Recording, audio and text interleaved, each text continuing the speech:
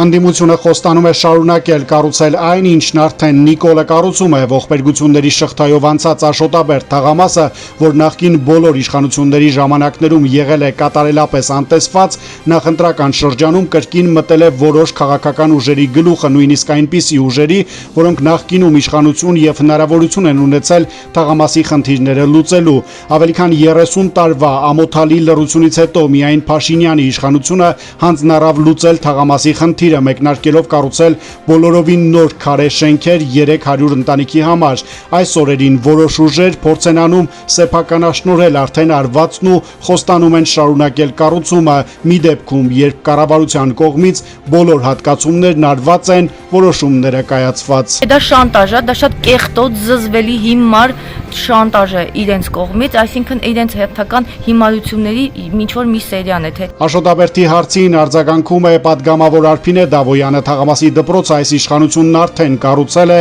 թաղամասի ճանապարհը կառուցվում է այս պահին, իսկ շենքերի կառուցումը սկսվել է 1.5 տարի առաջ։ Այս տվյալները պետք է որ ինչ-որ բան հուշեն։ Չէր տեսել ամեն օր Նարեկ Կարապետյանը աշկերտ լցած ասում էր ամեն անգամ Խիմզավոդի կողքով անցնելուց որ գնում էին Երևան, նախ Երևան գնալուց Խիմզավոդի կողքով չեն անցնում։ Այդ այսինքն ամեն անգամ մտնում էին տենց Վանաձորի մեջ տեղերով բան տենց գնում էին, հա։ Տարոնից թեքվում եք գնում եք, դու Խիմզավոդի կողքով երբ ես անցել։ Տենց աշկերտ լցած ասում է հուզված, ես սիրտս ցավում էր։ Բա այդ բանի Աշոտաբերդի կողքով այդ սիրտը թե չի ցավացել։ Դա տենց հետաքրքիր չէր։ Չէ, PR-ի տեսանկյունից հետաքրքիր չէր, այո Աշոտաբերդի հիմա կառուցվելիս չլիներ։